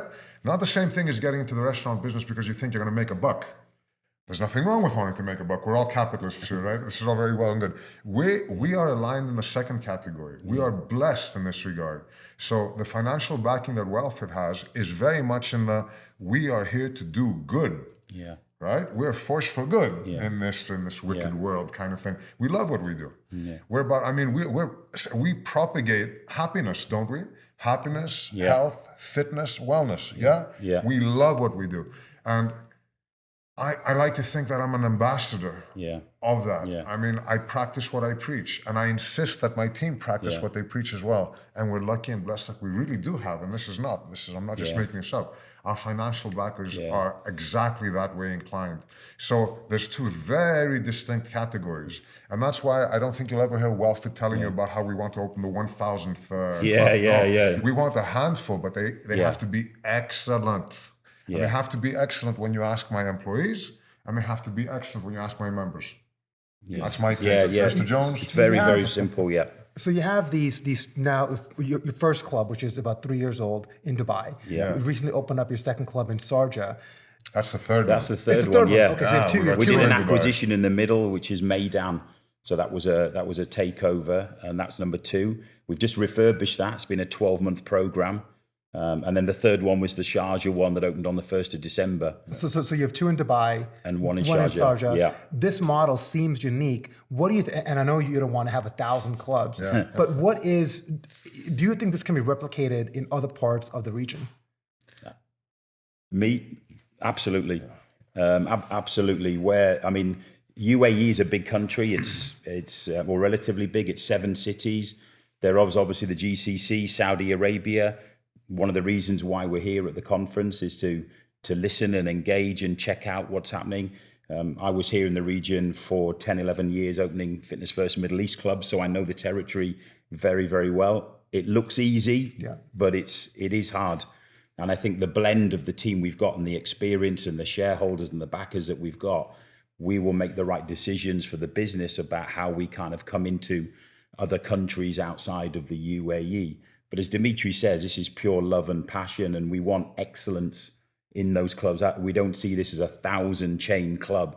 Maybe it's the 10, 8, 9. We actually don't know. It's about performance, and it's about making these clubs a return for the shareholder. But I love the analogy of putting your arms around the family and being able to kind of, pull people close. I think and it's just my view, once you kind of can't put your arms around a number of sites or employees, then I think sometimes you then start to kind of lose the romance or our passion. We onboarded 20 staff on Monday this week before we flew. And one of the reasons why we onboarded people is because now we're up to 181, 182 employees across the 3 big sites. And we've got more sites to come. But the passion from us and our leadership team must go down to every person, must go down to every coach, receptionist, salesperson. That must emanate kind of who Wellfit is, not the large scale 65,000 square foot. It's the average person that's on reception, on sales, the coach, the personal trainer, how we look after them and how we motivate them and how we do right by them. We want to do right by people as well. And ultimately, that's the team. Well said. We actually have a pipeline all the way to 2030 already. Yeah. So, and not 1,000 clubs. one mega club per year. Why one for the moment? Manageable in such a way as to almost guarantee excellence. Yeah. When I say almost guarantee, and I know this can't last forever. Personally, for example, I like to train with almost virtually every coach we have. So we have 4 boxing coaches. I train with all of them. We have 4 jiu-jitsu coaches. I'll go train with all of them. The strength and conditioning guys, the CrossFit guys, go out of my way to compare notes with them, train with them. It's important. Yeah. Now, we're not going to be able to do that forever as we scale. But still, you need to be a determinant of your own DNA. It won't happen accidentally. Yeah. We don't want it to happen accidentally. There is a DNA, there is a blueprint, there is a recipe. Yeah. That recipe has to be executed perfectly because these are not simple projects, as you could appreciate. These are not simple projects. If you start getting your head around the fact of what we do and how we do it, let me give you an analogy. At a fully scaled up 65,000 square foot facility, you'll typically have 5,500 members. That split could be 2,500 kids, right? Now think about this, 2,500 junior members, about 3,000 adults. That's a school. And that's not a small school, that's a big school. We more closely resemble a school than we resemble a gym. If you think about it, like a school sends kids into classes with particular teachers. So little Johnny has got 10 o'clock algebra with Mr. Smith, right? Isn't that the same as little Johnny has 4 p.m. gymnastics with Coach Bob? It's exactly the same thing. Even the software that we use, like if you look at our CRM system and our software platform, it resembles a school. Instead of teachers, you got coaches, right? Instead of academic subjects, well, you've got beautiful sports that we offer. So the complexities of doing that, they are multiple times in excess of, box with equipment and people in it who buy memberships. I don't mean to say that the whole thing is simplistic, because one of the biggest mistakes people make looking at our industry is believing it's easy. It looks like you rent a nice big box, fill it with some sexy gear, switch on the lights, get your credit card machines ready, and yeehaw. And as we all know, it's not that. I really like this education kind of philosophy and concept, Dimitri, that you talked about, because what I believe in, I'm from the region originally, and I know that there's a lot of work to be done. It's even harder than clubs in the West or in more developed countries, just because, I don't want to say developed, countries that are more familiar with the benefits of fitness and wellness. Because your first, wall to cross or jump is education. It's about talking about the benefits of joining a gym, right? A lot of people who are locals, especially not the expats, but aren't familiar with that. No. And you've talked a lot about people and talent and the importance of that to Wellfit. We've heard a lot of gyms talk about the challenges of recruitment, the challenges of people. So do you recruit a lot of people locally, or do you bring people in from abroad? So we do a mix of both. Because we've got 3 large-scale flagships, we call them, 3 flagship clubs. Initially, you work on network, don't you? You know a guy who knows a couple of guys, and they know a couple of guys. So club number 1 was the guys. It was the network. And that's really good because it grounds the DNA. Because what we subsequently do is we promote from within. So by the time the second facility, which by the way it is a country club. Right? Meydan is a country club. By the time the country club is opening, you're all ready to make your first 2-3 promotions, right? So that DNA, to keep with the biological analogy, is already there. It's propagating. And that enables you to go to the second wave. By this point, you're beginning to exhaust your network, right? By the time club number 3 comes on, your network is exhausted. So then begins the second phase. And in the second phase, we start first local. Once we believe that we've basically fished all the best fish, as it were, from the local market. Because there's such a degree of mobility from one club to the other. You don't want to overdo it. We don't want to be the player who becomes notorious for stealing other people's headcount. So up to a degree, you will do that. Up to a degree that feels organic and not forced. And then inevitably, we will have to be bringing in talent. And I say inevitably, I don't want it to sound negative. It's just challenging. Because taking somewhere, trying to recruit from a European country, hey, how about a job out in the UAE? It's not for everyone. It's not for everyone, right? It'll work, and it sometimes will fail. So, but it's inevitable. As we scale, we will have to do that. And we're already beginning. We want to set up things like strategic partnerships in countries, target countries, for example. You want gymnasts? You're looking Eastern Bloc. And if you're not looking at your Romanias and Bulgarias, then you're looking across the Atlantic and you're looking at your Canadas and the United States, right? So that's our strategy on that. And I think now in the Emirates, they've followed Saudi with Saudiization. It's now Emiratization. So we've got a blend of UAE locals and young people that want a career in the fitness industry. We're going to look to train them up Some of them are on reception. Some of them are digital marketing specialists. There's some amazing coaches and personal trainers out there. So that authenticity of having local people from the local country working within your business is really important. And Saudi's KSA led on that and has done for a number of years. UAE is really catching up. I think we have about 10 local UAE people that work for us within our business, and that's only going to grow further. And I think that's really special as well. Well, we can certainly feel the passion in the conversation, and I love to see your clubs. We appreciate the short time we've had with you guys, and hopefully we'll have a trip out there soon. That'll be fun. Yeah, I really look forward to this, and thank you so much. No, Thank you guys, appreciate it. Mr. Dave Stalker, Group CEO of MyZone. Welcome to the L.I.F.T.S podcast. Absolutely delighted to be here. Getting used to this title, having a Dave Stalker and not a Dave Wright at the end of it. But yeah, times are changing. Saudi. Okay, you've been in the industry for a long time. You've travelled the world. Yeah. What are your thoughts after being at this event for the last couple of days? I just can't tell you how excited I am. And I've been coming here for a few years, and I'm always excited coming here. And if I take, and MyZone is embedded with some operators here, and they embrace it, they get it, and all the rest of it. But if I'm to look back at my career, and Matt, you know it, and others people know it, whether I go EuropeActive or EuropeActive or SimSpur or more people, more active, more often, or the passion of that, or I read the Saudi 2030 vision, or I just see the healthcare professionals who have been in there.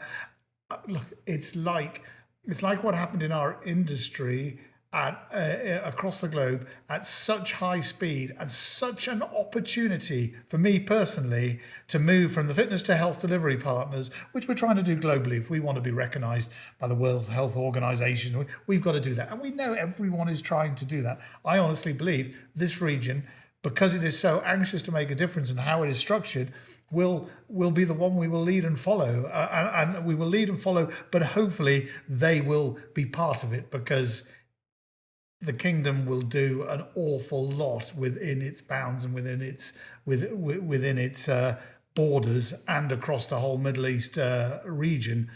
But we need to do it globally, and I'm so excited because everywhere you go, so much enthusiasm, really want to make a difference, understand communities, understand families, respect for their older population, want kids moving, have all the problems, type 2 diabetes, all these things, they have all these big problems, embracing it, healthcare sector that understands and some fitness. It's like Christmas for me.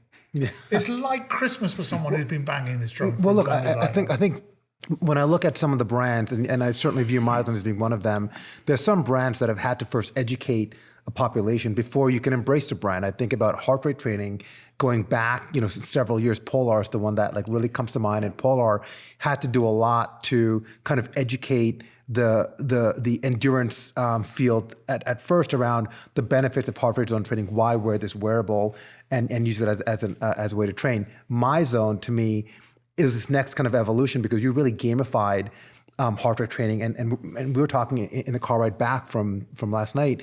And Matthew, you were saying about how much that motivates you, the community, achieving the METs and all of that.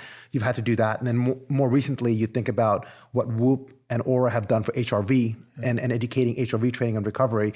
But looking at this region here, they really aren't where we are in Europe and in the United States. And I think a lot of what you kind of have to do is first educate the consumer on the why behind MyZone. So, being a brand who's already been here, I think your journey is just starting, right? You're not established. You've been here for a little while, but it's at its infancy. So talk a bit about that role of kind of being the educator, of showing people not only to embrace the technology, but to embrace metrics. Yeah, it's you're right. We're on the first step. Yeah. Maybe on the second step, because it's been a lot of coming backwards and forwards, and have, if you were to go outside the kingdom and Dubai, quite ingrained with some of the operators there. But we're here. But educating the population, the great advantage that we have now is, and on the back partly on the back of COVID, but a change of population, whether it's Gen Z or Gen X, and I'm not sure which letter we're up to now, but whichever we're on, they understand the importance of their own fitness and health. It's a different mindset.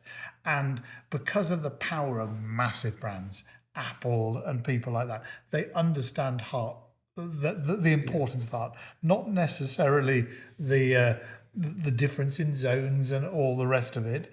But you have a whole younger population who are fairly addicted to the world of gamification, right. And I use the word addicted unfortunately, but still are. So actually, MyZone's challenge is to take a population that are more knowledgeable about heart rate, because that's the world we live in now, get them to understand it more, pull them into gamification, understand the power of going through the metrics until you're a Hall of Famer, the power of a group.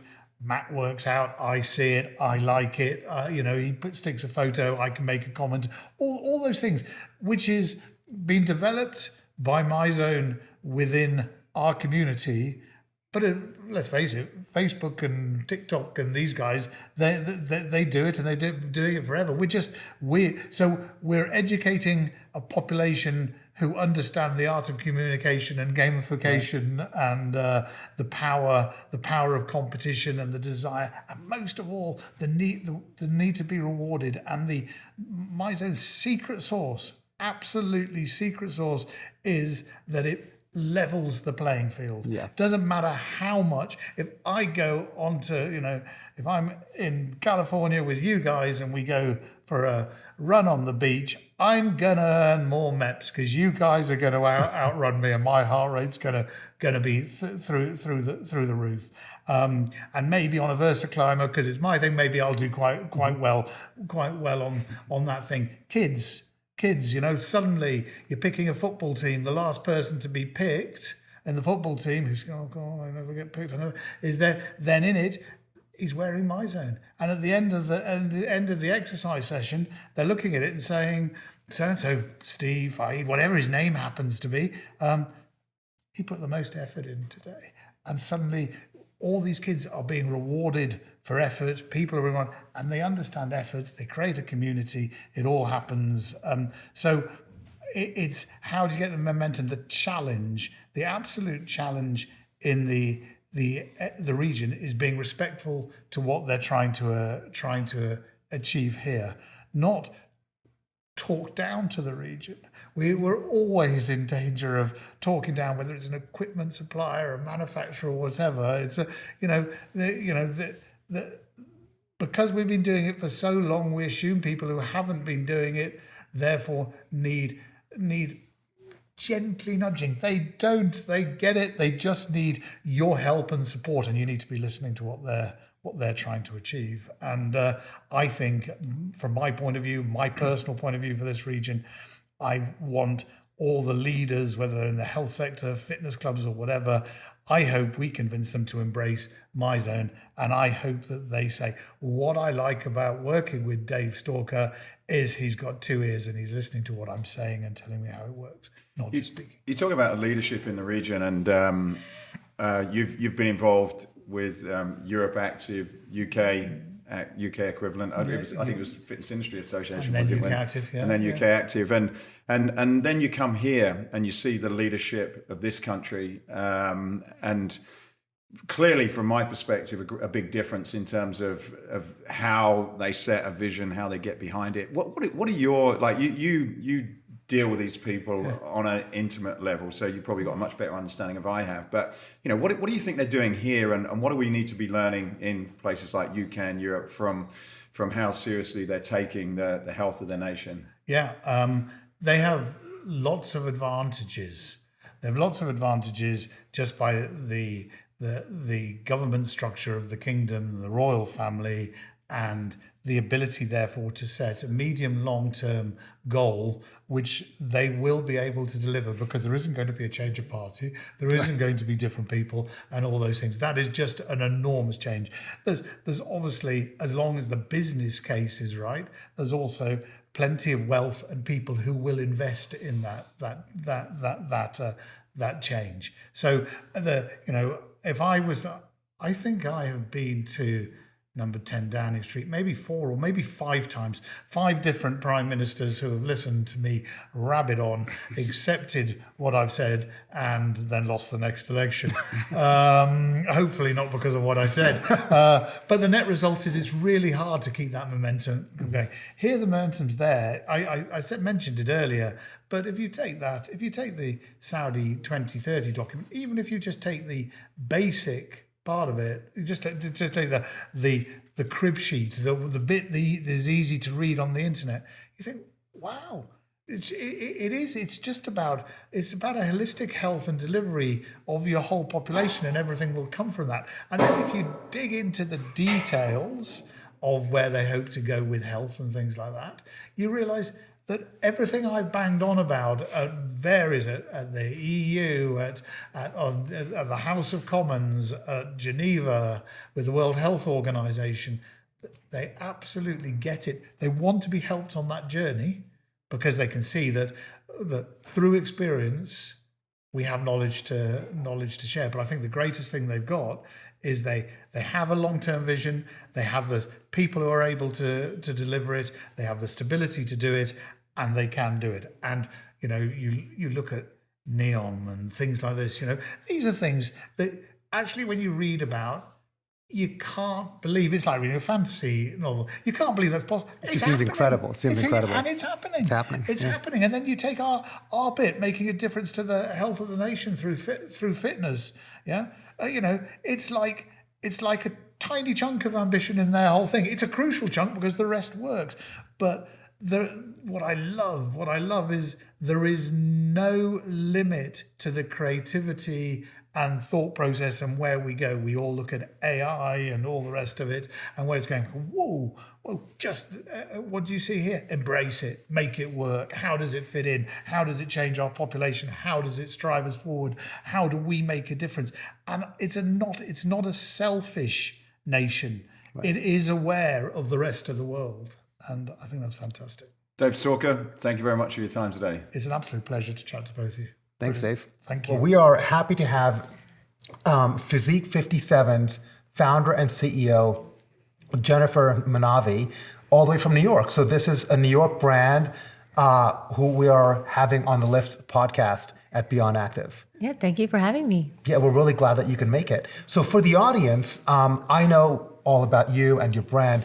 Do you just want to give us a quick overview of what Physique 57 is? I'd love to. So Physique 57, I founded with Tanya Becker in 2006. So we had been in the boutique fitness industry from the beginning, when it didn't even have a name. It was really just called, boutique. Yes, it was just called Jennifer and Tanya have some dance studio somewhere in Manhattan. That's the category we were in. And then many years later, I read about the boutique fitness industry and that I was actually in it. So that's how I knew I was in the boutique fitness industry. So Physique 57 is a bar fitness and also media company. So we started with DVDs and then transitioned to on-demand all the way back in 2012. We used to sell DVDs on QVC and all over the country. And then we digitized it, and then we started doing on-demand. And so we have clients in about 65 countries. And we started to get international notoriety, which was fantastic, which is why we came to the Middle East in 2012. That's really interesting. So you were also doing digital before this was like a thing in our industry. Yes. And I remember I had this wonderful social media manager, and she was maybe 24, and she said the words, you can digitize those DVDs. And it was like she was speaking another language. And it took me a couple months. Like, I don't understand what you're saying, and I don't even know how to do that. And then I just picked some dollar amount and said, well, here's this money, and let's figure it out. And we hired a videographer, which I had never hired before, and we just went into a room and we made some videos, and then we transitioned those DVDs to online, and then we just uploaded them, and then just charged a ton of money. We charged $57 a month, which now no one is really doing. And it really took off. And then that really started our whole national and international expansion plan. So let's talk about this for a minute, because I think this is an interesting story, particularly in today's world where people are, these new media companies, and they're combining physical with digital, and as though it's a brand new idea. Now, I would grow up with VHS tapes and then Yes. DVDs. So when you came up with this original idea, so we're talking about this from a business proposition perspective, how did you look at physical studios and then creating DVDs? Why did you put them together? What was some of your thought process when you started that? Because I think that's interesting for us to understand. What happened then. So Physique 57, thank goodness, was successful pretty quickly, and I never raised money. I still haven't raised money from investors, and I was building studios quickly with cash flow from operations. But at some point, you get a little nervous about doing that, and it takes a while to ramp up a studio. And I was doing a lot of construction in New York, and I just thought there's got to be another channel. Like, there's just got to be another way to grow a brand. And I was growing it in a very expensive way in Manhattan. And I started to think that there's probably a media channel that I could do this through. So I invested at the time, which it's so different now, but I invested almost maybe 60 or 70% of what it would cost to build a studio. I invested in very high production DVDs, like 15 people on set, script managers, unions. I mean, it's so much different now, but that's what we used to do. We would rent out the John Jay Auditorium on the stage and make these very elaborate DVDs, and then they sold in all 50 states in 30 days. So Incredible. So that was 2008. So I think just in terms of scale, how many did you sell? Oh, well, I mean, it was $1 million business in a couple of months. Wow. I know. So forget the studio business, right? So I was right onto media as the new channel. However, as you've seen, and disruption happens, that $1 million business went on for a couple of years, and then it just went away. Why? What was the turning point then, do you think? I think that's when people started to, quote unquote, digitize their content. So I was watching these numbers go down, and I didn't really have a plan, honestly. And then this woman, Natasha, who was 23, 24, who I'm still very close with, said, if you haven't noticed, we're not really selling any DVDs. I was like, I know, but I was so focused on now growing the studio business that I really wasn't paying attention. So she really saved the day and said, you should do it this way. And then the on-demand business then certainly eclipsed the DVD business over time. So you really have to listen to the young people. But, and I understand, and, when the pandemic came, it was all about digital. And I don't think they know people were doing this a long time ago. So I've already been disrupted. I already had to make some quick changes and pivot, but we were doing that a long, long time ago. What was some of the fundamentals that carried over from the DVD to digital, if any? Yes, I mean the same high energy, the same production value, except with the advancement of technology, you don't have to spend that much money anymore to make videos. But you still, it's faster, it's easier without DVDs. So there's a reason they went away and evaporated pretty quickly. What was a big change, though, is that then QVC wasn't a channel for us anymore, and that really was our driving force. So that's when we had to learn all about media ads and Google and all of that. So we've just had to learn as we go. But QVC really was our main channel, and that we had to pivot out of quickly because they didn't know. I think maybe they do it now, but they didn't know how to sell a digital product. So if you didn't have a DVD to hold up, they didn't know what to do with you. How did you make then that jump from New York? Because I understood you came out to the Middle East. Yeah. So what did that happen? Why did you choose to leave New York to come out here? So we had done New York and we did Los Angeles. And once you're in Los Angeles, you start to be an audience for a different client group. And we were getting interest from the Middle East pretty quickly once we were there. And then we had this wonderful client who, after having some children, decided to move back to Dubai. And what we hear a lot is, I can't leave without you, which is how we ended up in India, Bangkok, and Dubai, and Manila, and Saudi Arabia a very long time ago. So women who were coming back to raise a family and be close to their extended family would then bring us back with them. So that's how we ended up in Dubai. And I had been there on a research tour in 2009 when I started hearing about all the growth and excitement. So I was there in 2009, but it was very, very early. And I didn't really think that it was the right time. But I went back in 2012 with Tanya to visit this potential licensee. And we knew in a day. And what's really funny with the way that the world operates, we were teaching classes there at what's called a master class. And someone came into this master class and they had just taken class with us like a week before in New York on a business trip. So even when you go far away, you're really not that far away. So how well did the concept, how well did it translate naturally from the New York and LA market into the international market? I guess more specifically in the region here, because Dubai is certainly one city, and a lot of people don't realize that it is still a city in and of itself, in its own way, and it's very different compared to the rest of the region, right? It's completely over 80% expats. It's a very progressive area, and there's a lot of infrastructure like roads and public transportation, which is kind of lacking in a lot of the region too. So when you think about just speak about like, did you have to make any changes, or maybe you didn't have to going from New York to Dubai, but then as you looked at Saudi and other parts of this region, how did you have to adjust your model? Yes, you're right on. And the good news is we did phenomenally well in Dubai. The bad news is we did not do well at all in Riyadh in 2017. We were only here for about 2 years, and we left. And now I'm back here to look at the market again. So in Dubai, Flywheel had just arrived, Barry's was arriving, and we came all at the same time.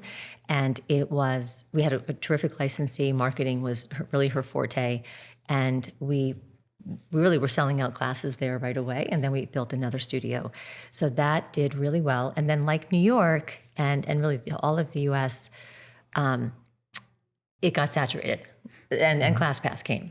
So when those two things happen, your days are numbered. So we did really, really well. And then it plateaued, but we were there first. We made it through the pandemic, and it was a very successful run. And now I'm sort of in 2.0 of Dubai, coming out of the pandemic and figuring out the next 10 years for Dubai.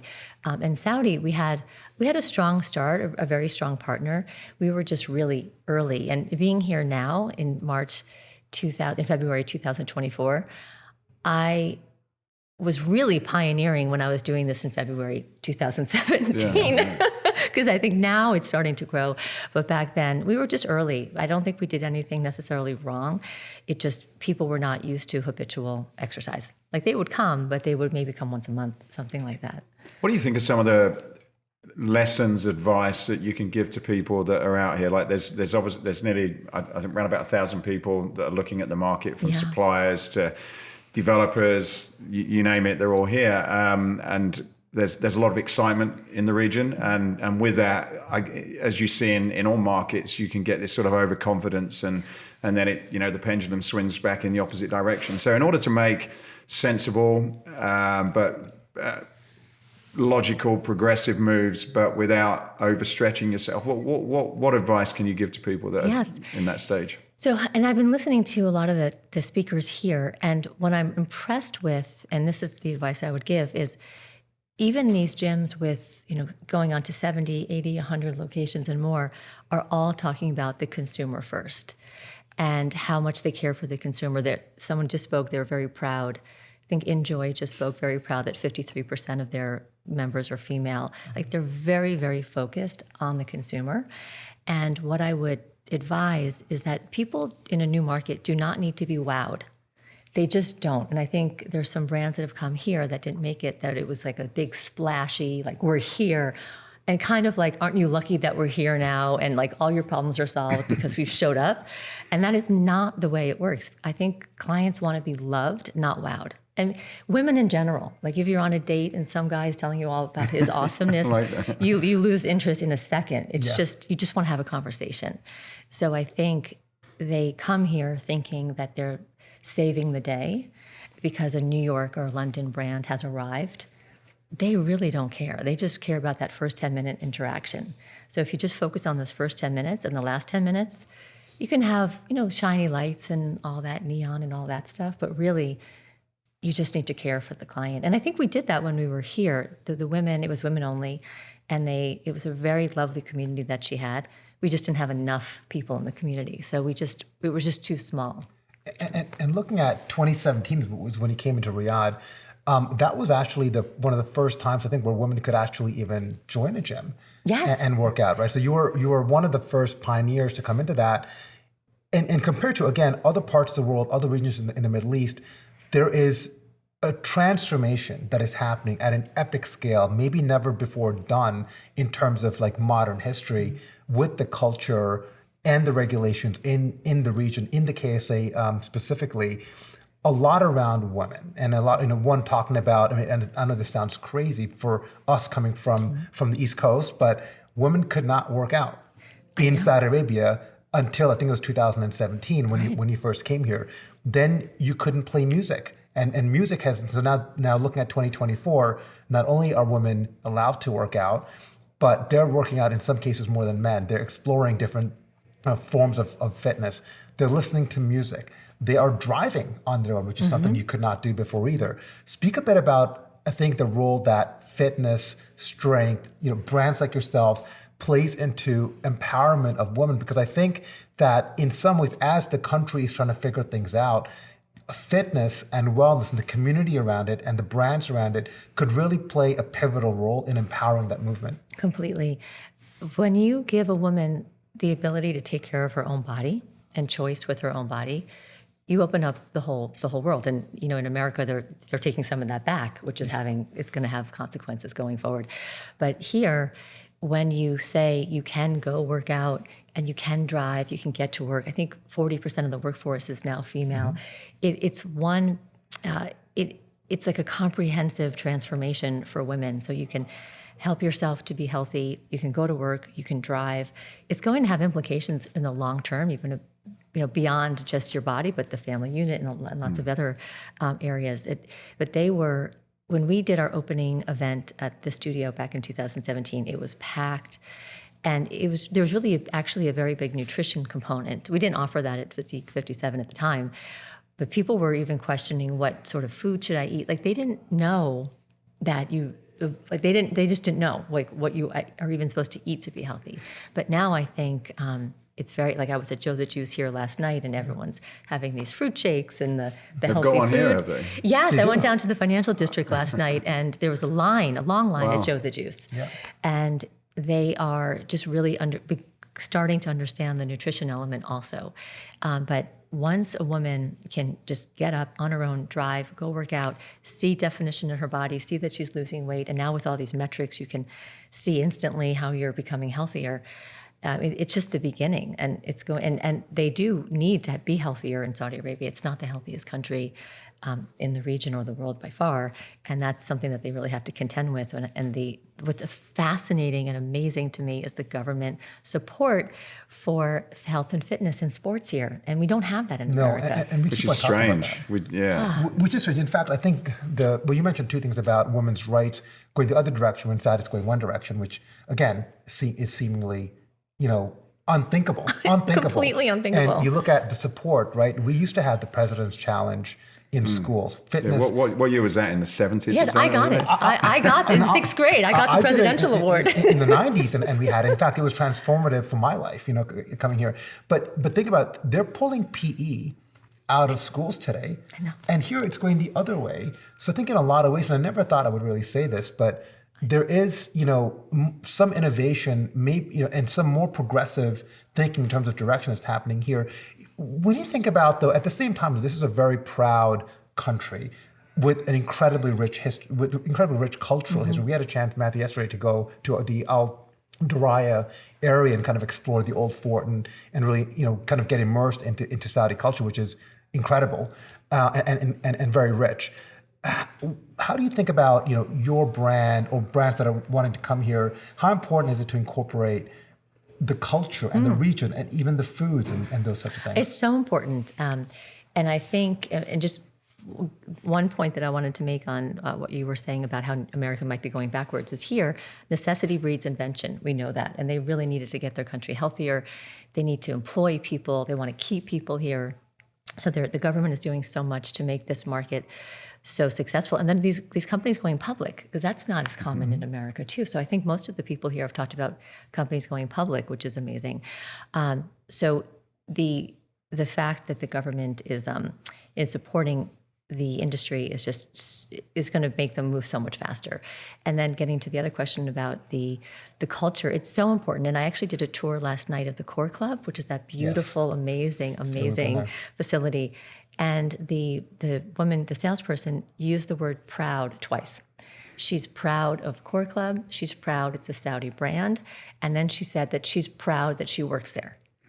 So there's something. So the Saudi brands, which actually goes to the other conversation about other brands from outside coming in, her motivation behind working there and her success was because it was a Saudi brand. So they might not need that many American and British brands, FYI. I mean, they're doing pretty well. Yeah. So we're not, like, going back to the other point, coming to save the day. You have to come with humility. You have to come with, like there's not a lot of bar fitness here. So if I were to come back, I would be introducing bar fitness with them, not for them. I'm not, and there is some bar here already, but not that much. But you do need to come with respect, and perhaps they don't want to be sore. Perhaps they don't want a high intensity class. You just have to figure out what they want. And unfortunately, with the timing, I didn't get to take any classes here, but I was interested to see what they would be like. So on my next visit, maybe I'll take some classes.